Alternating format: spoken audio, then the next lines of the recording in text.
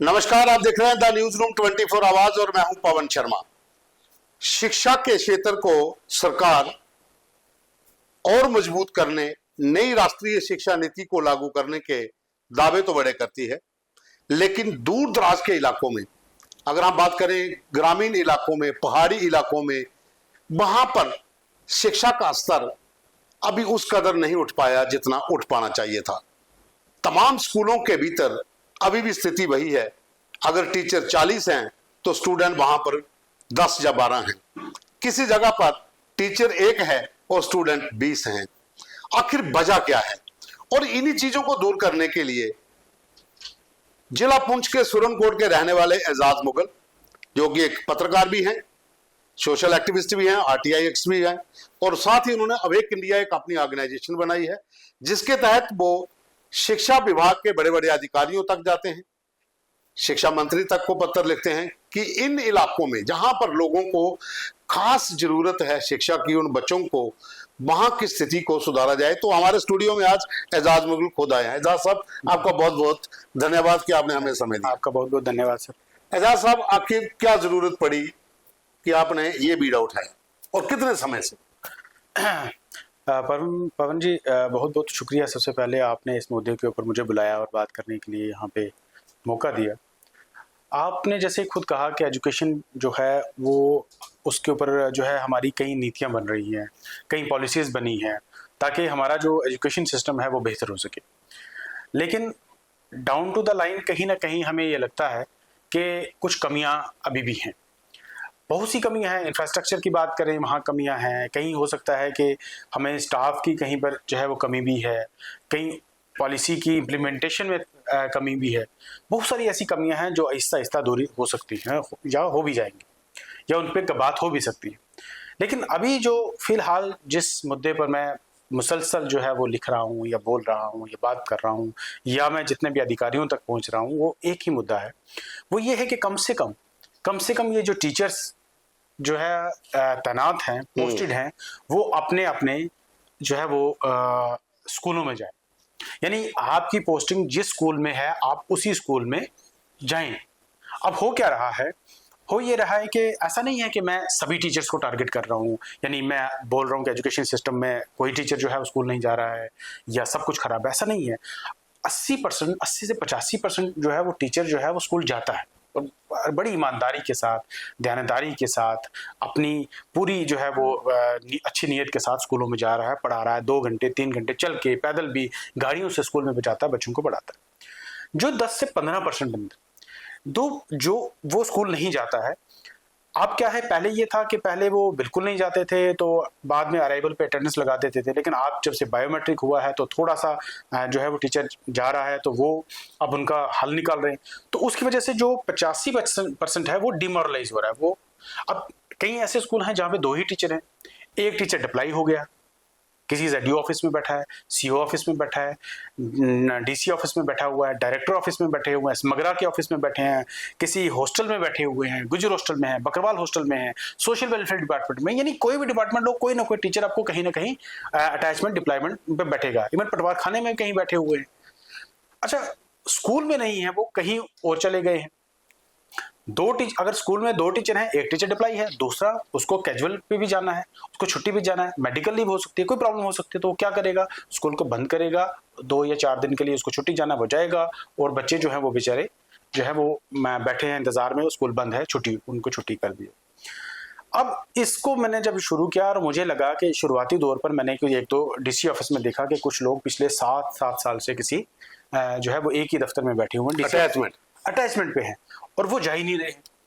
मैंने जब वो बात शुरू की तो शुरू में जो है वो काफ़ी मुझे थोड़ा सा टाइम लगा उन चीज़ों को ठीक करने में और समझने में कि आखिर वजह क्या है।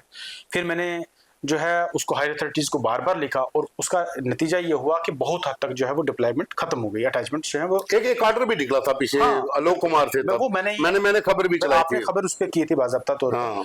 जब वो चीज़ें हुई ना तो काफ़ी ज़्यादा हुआ। तो मैंने जब ग्राउंड पे एक चीज़ देखी, मेरी काफ़ी ZDO से बात हुई, मेरी CO से बात हुई, मेरे प्रिंसिपल से बात होने लगी, तो वो लोग चाहते थे कि भाई कुछ चेंजेस आए। वो ये कहते थे कि लेकिन हमारे हाथ बंधे हुए हैं, हमें क्या करें, हमें पॉलिटिकल प्रेशर बहुत होता है, हमें कोई ना कोई लीडर बोल देगा तो बेचारे हम क्या करेंगे। तो मैंने उस वक्त मैंने आलोक शर्मा जी को एक लेटर लिखा, वो उस वक्त प्रिंसिपल सेक्रेटरी भी थे एजुकेशन डिपार्टमेंट के, और बड़ा स्विफ्ट एक्शन उन्होंने लिए। उनको मैंने एक बार लेटर लिखा और उन्होंने मुझे रिस्पॉन्ड किया, प्रॉपरली रिस्पॉन्ड किया व्हाट्सएप पे। तो और उसी दिन उन्होंने वो ऑर्डर निकाला, उसमें मैंने 2-3 उनसे रिक्वेस्ट की थी। एक तो रिक्वेस्ट ये की थी कि बहुत सारे डिप्लॉयमेंट जो है डिटैचमेंट के ऑर्डर्स निकलते हैं, जितनी भी डिप्लॉयमेंट्स हुई हैं उनके डिटैचमेंट के ऑर्डर्स तो निकलते हैं, लेकिन ये ग्राउंड पे इंप्लीमेंट ही नहीं होते। मैंने यहाँ तक भी कहा लिटरली, वो मतलब उनकी हैसियत ही कुछ नहीं होती उन लेटर्स की। वो नीचे जाते हैं तो कोई फर्क किसी को नहीं पड़ता है, ये कंप्लाइंस तो दे देते हैं कि जी हाँ हो गया, लेकिन ग्राउंड पर कोई फर्क नहीं पड़ता। अब मैंने कहा कि आप एक काम कीजिए कि इनसे एक बार एफिडेविट पर इनसे डिक्लेरेशन लीजिए, इनसे एक अंडरटेकिंग लीजिए, जितने भी सीओज हैं, जेडीओज हैं, डीडीओज हैं, प्रिंसिपल्स हैं, कि भाई आपने सारी जो है वो डिप्लॉयमेंट जो इतनी है वो कैंसिल कर दी है, इस पे इसकी आप अंडरटेकिंग दीजिए, कंप्लाइंस कर दी है 100%। एक तो ये करिए। दूसरा मैंने कहा बहुत, और मैं कह सकता हूं कि मैंने एक तरह कैसे कहते ना, वो बड़ी हाथ जोड़ करके उनसे रिक्वेस्ट की थी कि हो सके तो इनसे पावर्स ले लीजिए। अब हुआ क्या कि उसी दिन उन्होंने ऑर्डर निकाला कि कोई जेडीओ, कोई सीओ किसी भी अटैच नहीं कर, कोई अटैच डिप्लॉयमेंट नहीं होगी। उनको कहा बिल्कुल कोई नहीं करेगा।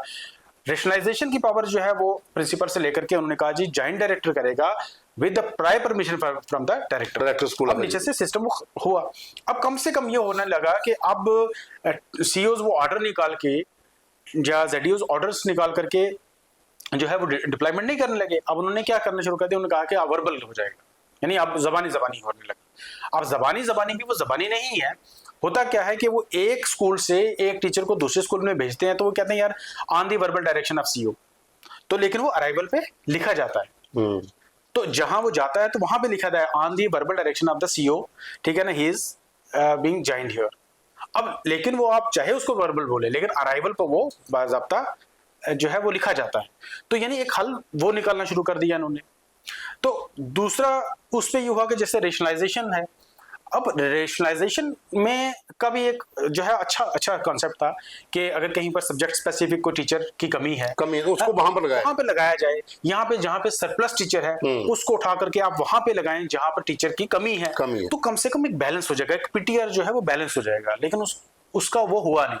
किया क्या कि जिसका असर रसूख अच्छा है, जिसकी अच्छी हायर अथॉरिटीज तक या किसी लीडर्स तक जो है वो अच्छी अप्रोच है, वो क्या करते हैं कि अपना असर रसूख लगा करके रेशनलाइजेशन करवा देते हैं। ठीक है, कहीं अच्छी रेशनलाइजेशन भी हुई है, मैं पूरी तरह से इनकार नहीं करता हूँ उस चीज़ का, लेकिन मैक्सिमम क्या हुआ है, आप एक चीज़ नोट करिएगा, अथॉरिटीज से भी ये पूछिएगा कि मुझे बताइए कि मैक्सिमम जो रेशनलाइजेशन है वो गांव से शहर की तरफ क्यों होती है। हाँ, गांव में क्यों नहीं हो रही। आप देखिए, क्या गांव में सारे स्कूल्स हैं उनमें सरप्लस टीचर्स, शहर से गांव में कितने रेशनलाइज करके आपने भेजे। यानी रोड साइड पर आप सारे गांव से उठाते हो, रिमोट एरिया से स्कूलों से उठाते हो, गांव शहरों में या रोड साइड पे टीचर्स को भेजते हो, तो रोड साइड से कितने टीचर आपने गांव में भेजे। क्या वहां सब्जेक्ट स्पेसिफिक टीचर की जरूरत नहीं है? क्या वहां पे टीचर सरप्लस हो गए हैं कि अब आपको जरूरत नहीं है गाँव के अंदर, तो वो आपको शहरों में चाहिए। और फिर क्या हो रहा है कि वो कहीं अब देखो 2023 में आखिरी जो है रेशनलाइजेशन हुई थी, जो ऑफिशियल रेशनलाइजेशन हुई थी, सिर्फ 3 महीने के लिए एकेडमिक सेशन के लिए हुई थी। अब हुआ क्या कि 2024 में कोई रेशनलाइजेशन नहीं हुई। मैंने अथॉरिटीज को लिखा, मैंने कहा मुझे बताइए कि जब आप रेशनलाइजेशन नहीं हुई है तो आप क्या कर रहे हैं, तो वो एक्सटेंशन कर रहे हैं, 3 महीने एक्सटेंशन। अब क्या होता है, पिछली बार एक्सटेंशन करी मई के महीने तक, तो उसके बाद छुट्टियां पड़ गई, छुट्टियों में दोबारा से एक बार एक्सटेंशन कर दी। तो जब हमारा ये डिप्लॉयमेंट का और रेशनलाइजेशन की पावर जब इधर से हट करके डायरेक्टर के पास आ गई, तो उन्होंने कहा नहीं, अब इनको एक्सटेंशन ही करते रहो उन्हीं लोगों को। तो मुझे बताइए, पिछले 2 या 3 साल से पीटीआर को इन्होंने देखा नहीं कि पीटीआर में क्या तब्दीलियां आई हैं।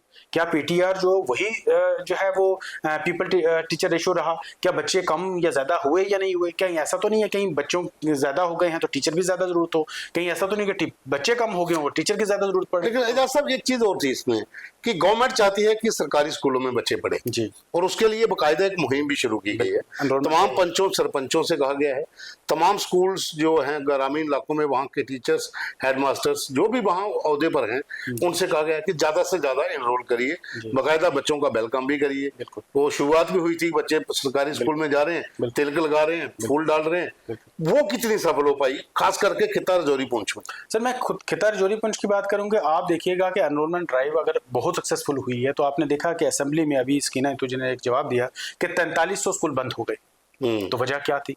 अगर स्कूल इतने अच्छे से चल रहे हैं तो वो 4300 स्कूल बंद होने की वजह क्या है? यानी रजौरी की पुंछ की बात करूँ, पुंछ में भी 100 स्कूल जो है वो बंद हो गया। वजह क्या थी? वजह कहीं ना कहीं बताते हैं कि जी एनरोलमेंट कम हुई है। जनाब टीचर जो हैं उठा के उन्होंने क्या कर दिया, स्कूल्स क्लब करना, क्लब कर दिए। तो फिर अगर ये दावा कि भाई एनरोलमेंट बहुत अच्छी बढ़ रही है तो ठीक है ना, अगर एनरोलमेंट बढ़ रही है तो फिर तो आपको जो जितने भी डिप्लॉयड टीचर्स हैं, जो रेशनलाइज्ड टीचर्स हैं, उनको तो वापस लाना चाहिए। तो आपको तो बच्चे बढ़ रहे हैं ना, तो फिर ग्राउंड पे वो चीजें दिख नहीं रही है। नहीं, 4300 स्कूल बंद हुआ, एवरेज एक स्कूल के अंदर हम लगाएं 3 से 4 टीचर। हाँ, एवरेज कितने हजार टीचर हो गए? हाँ, अब देखिए सर, अब हुआ क्या, जब ये आरटी की स्कीम्स आई ना, उस वक्त क्या हुआ था कि अब किसी हैबिटेशन में 4 स्कूल खुल गए। अब वहां पे हो सकता है एक ही स्कूल की जरूरत होती। अब क्या हुआ कि जब वो स्कूल सारे बंद हो गए तो हर स्कूल में 2 टीचर्स तो कम से कम इनको आरटी टीचर्स थे। अब वो सारे के सारे क्या कर दिए, वो एक स्कूल के साथ क्लब कर दिए।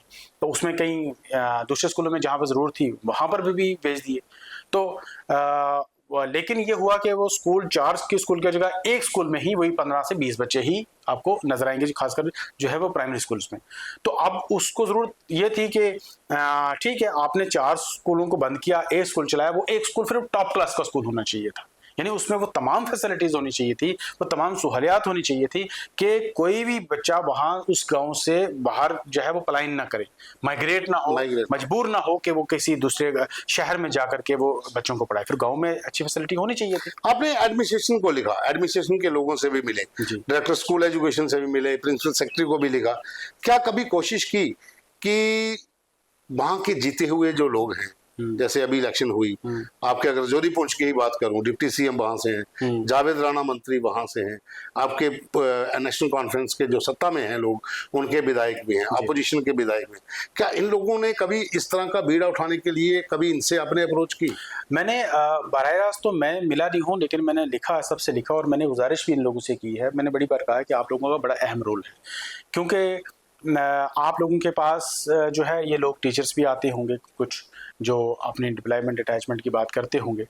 तो मैंने कहा आप या 1 या 2 टीचर्स के लिए वो हज़ारों टीचर्स को जो है वो डिमोरलाइज ना करें, क्योंकि बहुत से टीचर्स जो हैं वो स्कूल जाते हैं, वो जब ये देखते हैं कि हम स्कूल जा रहे हैं, हम बच्चों को पढ़ा रहे हैं, तो ये लोग, कुछ लोग जो है असर सूख लगा करके जो है वो अपनी डिटैचमेंट या अटैचमेंट या ट्रांसफर्स या किसी भी तरह का ऐसा काम करवा लेते हैं, तो वो डिमोरलाइज होता है। फिर वो बच्चे जो हज़ारों की तादाद में गाँव के अंदर बैठे हुए हैं, जो सोचते हैं कि ये टीचर हमारे पास आएंगे, हमें पढ़ाएंगे, वो डिमोरलाइज होते हैं। फिर वो उनके पेरेंट्स जिन्होंने इनको वोट दिया हुआ है वो डिमोरलाइज होते हैं। वो बेचारे उनका शायद हो सकता है रसूख इन तक ना होगा, वो अप्रोच इन तक नहीं होगी, वो बेचारे बड़े डिमोरलाइज हो जाते हैं। वो ये कहते हैं कि भाई हमने तो इनको वोट दिया था कि ये हमारा सिस्टम ठीक करेंगे, लेकिन ये हमारे इस एजुकेशन सिस्टम के ऊपर बहुत तवज्जो कम देते हैं। मैं बड़ी दावे के साथ ये बात कहता हूँ कि बहुत सारे कम लीडर ऐसे हैं, मुझे लगता है कि बहुत कम होंगे, जो एजुकेशन सेक्टर पे फोर्स के साथ, पूरी ईमानदारी के साथ जो है वो स्कूलों में जाएं, वो जो है वो एजुकेशन डिपार्टमेंट की प्रॉपरली मीटिंग लें, वहाँ का रिव्यू करें, एनालाइज करें, बताओ कि भाई आप दिखाओ जी कि आपने एजुकेशन सिस्टम में क्या इंप्रूवमेंट लाई, कितना एनरोलमेंट बढ़ा आपका, क्या परफॉर्मेंस आपकी रही, कितने बच्चे जो हैं वो आपके बढ़े यहाँ पर, और किस तरह का ये सारी चीजें हुई। तो ये बहुत कम है, मैं इनसे बार बार गुजारिश करता हूँ, मैं लिखता हूँ उनको भी। अच्छा आजाद साहब, चलो ठीक है, ये इन लोगों ने तो जो आपने इनसे अप्रोच की वो क्या करेंगे वो तो देखा जाएगा, लेकिन मेरे पास एक आंकड़ा है कि पूरे जम्मू खित्ते की अगर हम बात करें, कश्मीर को हम छोड़ देते हैं, जम्मू प्रोविंस की बात करें, यहाँ पर जितने भी हाई क्लास लोग हैं, जिनके जहाँ तो खुद वो टीचर हैं, जिनकी अप्रोचेबल है, जहाँ उनकी जो धर्म पत्नियां हैं, बीवियां हैं, चाहे वो पुलिस अफसर हैं, चाहे वो केएस अफसर हैं, चाहे वो किसी भी डिपार्टमेंट में और विभागों में अधिकारी हैं, मैक्सिमम की अटैचमेंट शहर में है। रहने वाले वो डोडा के हैं, रहने वाले वो पुंछ के हैं, रहने वाले बिलावर के हैं, लेकिन वो अटैचमेंट है शहर के भीतर है। कुछ ऐसी भी लोग हैं, महिलाएं हैं या दूसरे टीचर हैं, मैं रोज सुबह देखता हूं कि 4-5 बजे तैयार हो जाते हैं कि जिनको बिलावर जाना है सुबह गाड़ी में और शाम को 9 बजे वापस घर पहुंचना है, उन पर क्या बीती होगी। मैं वही चीज तो मैं बार बार कह रहा हूँ, मैं वही 80% टीचर्स, 80-85% टीचर्स के हक में बोल रहा हूँ। मैं अगर मेरे खिलाफ अगर 2-4 लोगों को बुरा भी लगता है ना हमें हमारी इस बात का, तो मुझसे उससे फर्क नहीं पड़ता, क्योंकि मुझे पता है कि मैं कितने लोगों के हक में बोल रहा हूँ। मैं ये कहता हूँ वही जो आपने कहा कि जो यहाँ से तैयार होकर बेचारा बिलावर पहुंचता है और बिलावर 9 बजे पहुंचता है, उसकी अपनी डोमेस्टिक लाइफ क्या है, उसकी फैमिली लाइफ मतलब उसकी कितनी सफर होती है। वो ये सोचता है कि मैं इतना सफर कर रहा हूँ और मेरा साथी वो बिल्कुल जो है वो अच्छी जगह पर बैठा हो। मैं आपको एग्जाम्पल 2-3 देता हूँ। पुंछ में मेंढर में एक टीचर आरटी लगती है, वो पिछले 10-12 साल से वो जम्मू में समग्र ऑफिस में बैठी हुई है। अब देखेंगे मैंने लिखा तो उस वक्त उनकी डिटैचमेंट जो है वो कैंसिल करा दी गई। फिर उसके बाद जो है वो डिटैचमेंट के बाद पिछले दोबारा जो अभी हमारे डायरेक्टर थे एसपीडी के पिछले, उन्होंने दोबारा उसको कर दिया कि 2 महीने के लिए यहाँ पे डिप्लॉयमेंट है। अच्छा, 1 तारीख को हमारे जो पिछले जो है वो डायरेक्टर थे, उन्होंने क्या किया, उनकी उस दिन रिलीव करना ट्रांसफर हो रहे थे, उसी दिन उन्होंने एक आर्डर निकाला और उनको कहा कि आप जाइए, आपको 6 महीने के लिए और मैं एक्सटेंशन दे देता हूं। मैं अथॉरिटी से पूछना चाहता हूं, मैंने लिखा भी है, मैंने कुछ आरटीआईज लगाई और मैंने अथॉरिटी से मुझे बताओ कि who is the competent authority to deploy, detach and transfer the teachers. मुझे बताओ, कोई भी आदमी उठता है नहीं, टीचर को ट्रांसफर एक चीज और, आपने तो बहुत काम किया है इस क्षेत्र में शिक्षा को लेकर।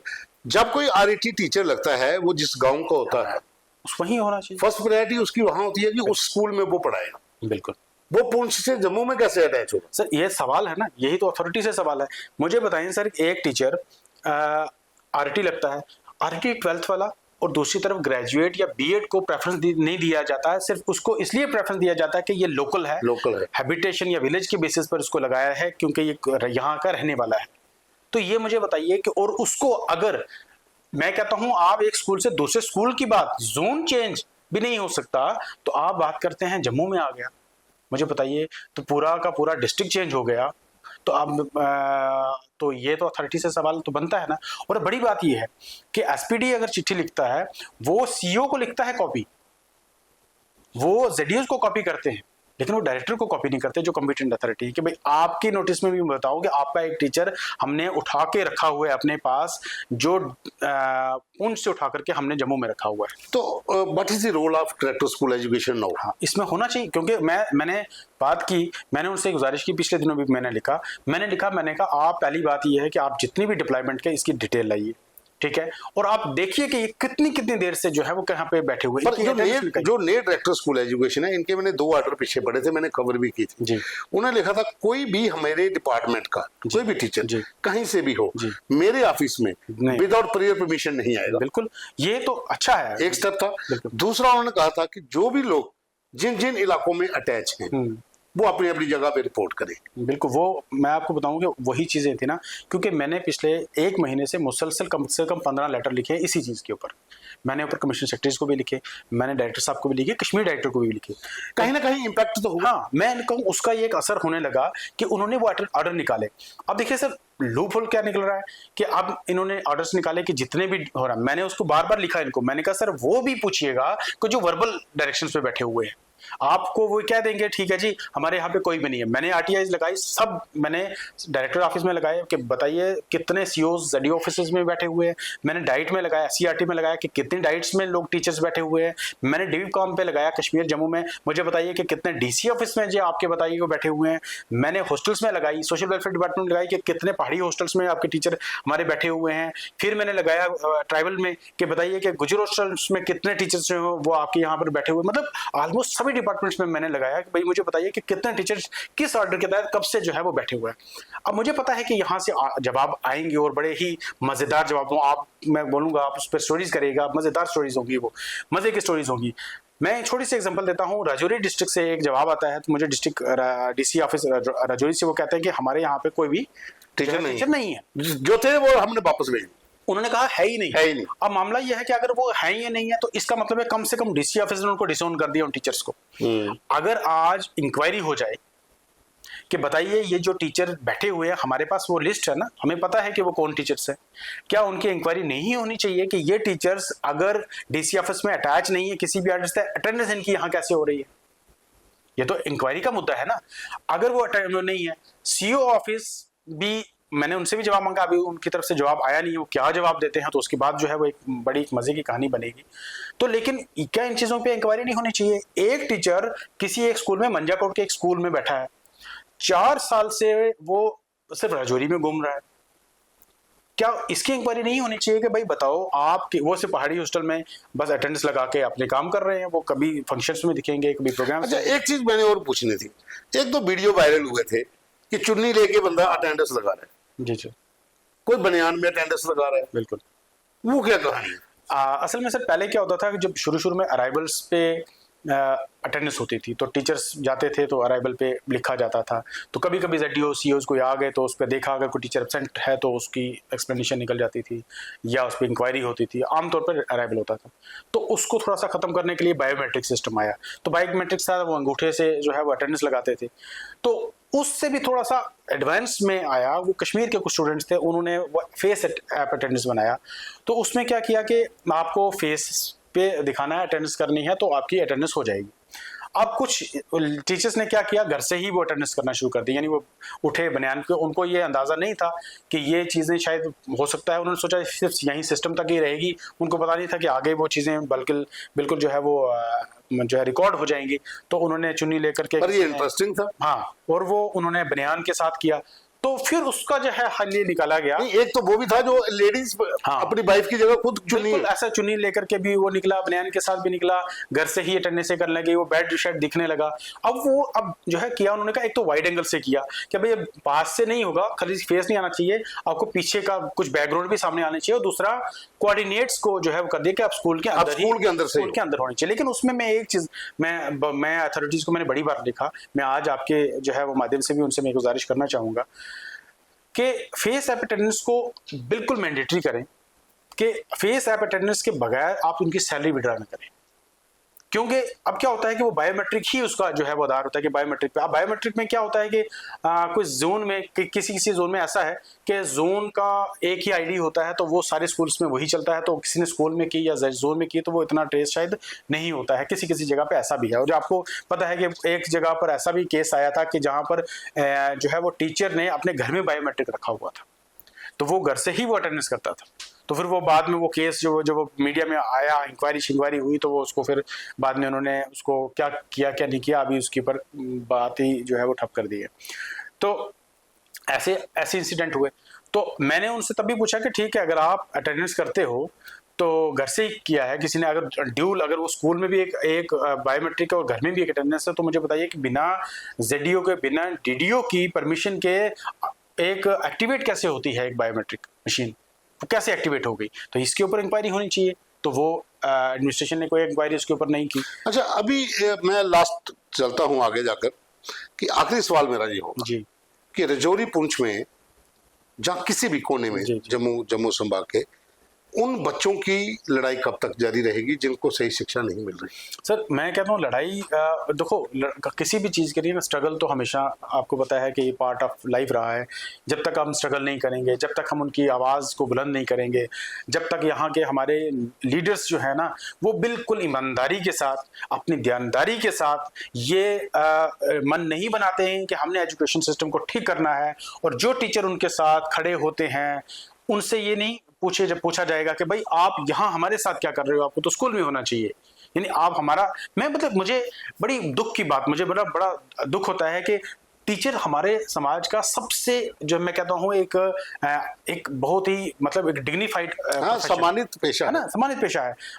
पुराने जमाने की बात करें, द्रोणाचार्य से एकलव्य जो है वो सीखता है, और कहाँ से सीखता है? छिप के सीखता है। तो जब उससे गुरु दक्षिणा के दौर पे उसको अंगूठा देना पड़ा, मानना पड़ा, इतनी बड़ी उसकी जो है वो एक गुरु की वो थी। आप देखिएगा कि पेड़ के नीचे जो है वो एक टीचर ने अपने बच्चों को जो है वो पढ़ाते थे, उनको शिक्षा देते थे, तो उनका वो क्या लेवल हुआ करता था। आज से 20 साल 30 साल पहले भी टीचर का एक बहुत बड़ा मुकाम, मैं कहता हूँ आज भी वही मुकाम है, लेकिन टीचर्स को खुद समझना पड़ेगा। टीचर की इज्जत, टीचर का मुकाम, टीचर का मर्तबा जो है वो स्कूलों में बच्चों को पढ़ाने से आएगा, ना कि स्कूल जो है वो दफ्तरों में फाइलें ठीक करने से आएगा, फोटोस्टेट के पीछे, मशीनों के पीछे खड़े होकर फोटोस्टेट ठीक करने से आएगा, या लीडर्स के साथ जो है वो पीछे खड़े होकर के फोटो खिंचवाने से आएगा, उनसे उनकी इज्जत नहीं बनती है। मैं बार बार उनसे ये गुजारिश करता हूँ, आपकी इज्जत स्कूल में बच्चों को पढ़ाने से है। इससे स्कूल का निज़ाम भी अच्छा होगा और उन बच्चों को भी उनका हक मिलेगा, जो उनकी तालीम, जो उनका हक बनता है। हम बात तो करते हैं राइट टू एजुकेशन की जी, 6 से 14 साल के बच्चों को जो है वो राइट टू एजुकेशन है। आप देखिए right to free and compulsory education के अकॉर्डिंगली उसका सेक्शन 27 क्लियरली स्टेट्स कि कोई भी टीचर किसी भी नॉन एकेडमिक एक्टिविटीज के लिए डिप्लाई किया ही नहीं जा सकता। अगर किया है तो वो इलीगल है, वो फंडामेंटल राइट के खिलाफ है। तो अगर इसके बावजूद कोई ZDO, कोई CO, कोई डायरेक्टर अगर वो ऐसा कर रहा है तो वो इलीगल काम कर रहा है। कल को कोर्ट में भी उसका जो है जवाबदेही हो सकती है कि आप लोग ये इलीगल काम कर रहे हो, बगैर किसी जो है वो जवाब के, बगैर किसी उसके, चाहे वो रिटर्न में हो चाहे वो वर्बल हो, काम ये आप इलीगल कर रहे हो। वो टीचर भी, मैं कहता हूँ, इंक्वायरी होनी चाहिए। वो जो कहीं पोस्टेड कहीं है और बिना ऑर्डर के कहीं और जो है वो अटैचमेंट पे बैठे हैं, डिप्लॉयमेंट पे बैठे हैं, क्या DDO को ये नहीं पूछना चाहिए कि भाई उसको DDO को पता नहीं मेरा टीचर कहाँ है, ZDO को पता नहीं मेरा टीचर कहाँ है, CO को पता नहीं होना चाहिए कि मेरा टीचर कहाँ है? क्यों इसकी इंक्वायरियां ना हो? ये पूरी एक इंक्वायरी का मामला है। आप देखिएगा इसके पीछे अगर सही तरह से इंक्वायरी हुई तो बहुत सारी चीजें और सामने आएंगी। तो ये थे एजाज मुगल। लड़ाई जारी है उन लोगों के लिए, उन बच्चों के लिए जो दूर दराज पहाड़ी इलाकों में आज भी स्कूलों के भीतर अपने टीचर का इंतजार करते हैं। और टीचर अलग अलग विभागों के भीतर अटैच हैं, कुछ नेताओं के साथ, कुछ दूसरे कार्यालयों में अपना अपना काम कर रहे हैं। अगर कहा जाए तो पूरा माशरा ही इसके अधीन आता है। जब तक सब लोग मिलकर इस स्थिति के लिए निपटने के लिए तैयार नहीं होंगे तब तक शिक्षा का स्तर नहीं सुधरेगा। राइट टू एजुकेशन तो है, लेकिन राइट टू एजुकेशन के लिए सबको इकट्ठे होकर इन चीजों के खिलाफ खड़ा होना पड़ेगा, ताकि दूर दराज गांव में बैठा वो बच्चा जो सुबह से लेकर शाम तक अपने टीचर का इंतजार करता है, उसे सही समय पर शिक्षा मुहैया हो। टीचर स्कूल में जाएं, उन बच्चों को पढ़ाएं ताकि उनका भी भविष्य उज्जवल हो। तो एजाज साहब, आपका बहुत बहुत धन्यवाद, आपने समय दिया। तो एजाज साहब की मैं एक चीज और मैं भूल गया था बताने के लिए कि ये पर्सनल लड़ाई नहीं है, काफी समय से लड़ रहे हैं और खास करके इस सेक्टर के लिए इसलिए लड़ाई जारी है कि इन्होंने भी जो पढ़ाई थी वो पुंछ से शुरू की थी, डोडा से होते हुए अब जम्मू में आए हैं। तो उन बच्चों की लड़ाई है जो पीछे रह गए। बिल्कुल, बहुत बहुत धन्यवाद, बहुत बहुत शुक्रिया sir, thank you very much.